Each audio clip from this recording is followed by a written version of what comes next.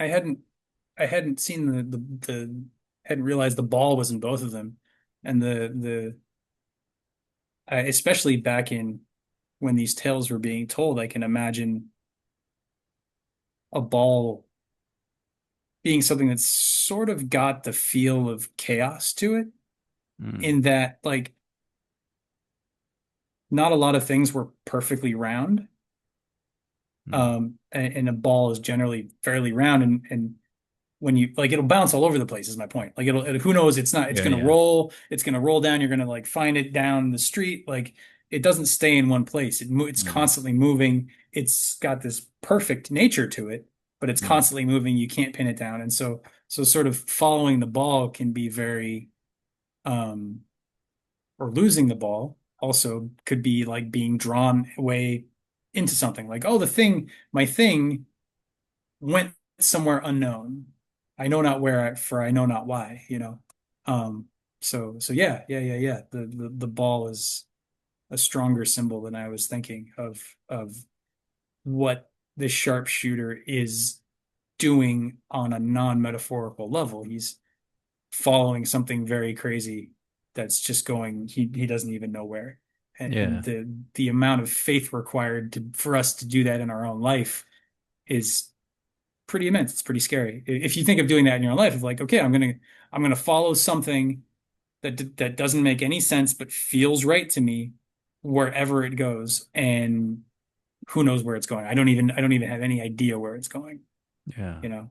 Um, it's a scary thing to do that. So, yeah.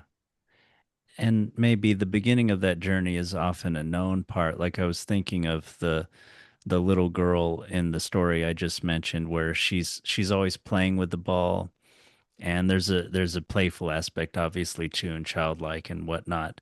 But yeah, you think you're doing one thing and you have certain intent and everything, but then yeah, chaos comes in after that and sort of throws you for a loop, and then that's where a real adventure begins, and that's where real change begins and everything.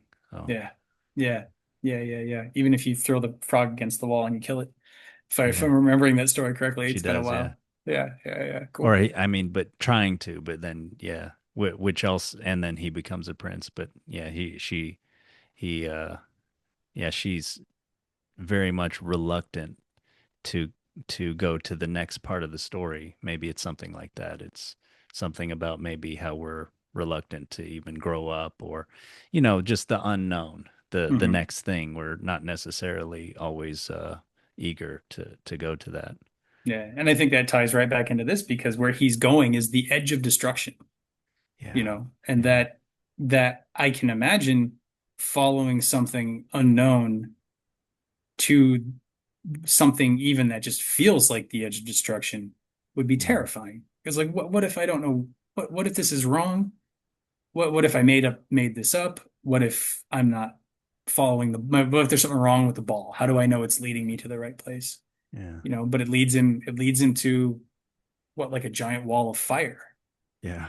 which is pretty edge of destruction in my book. You know, you can't Yeah. really get past that unless you have a giant frog. Yeah. Yeah. Yeah, you Yeah. have something that, has a lot of experience with going between worlds. Mm. And that and Yeah. it's kind of ridiculous to have faith in on the surface.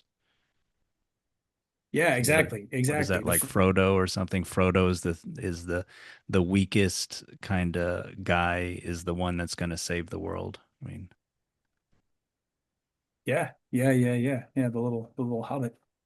Um, little hobbit, the little frog. Yeah. Oh man. And they both go to a place with a lot of fire. Um, but yeah,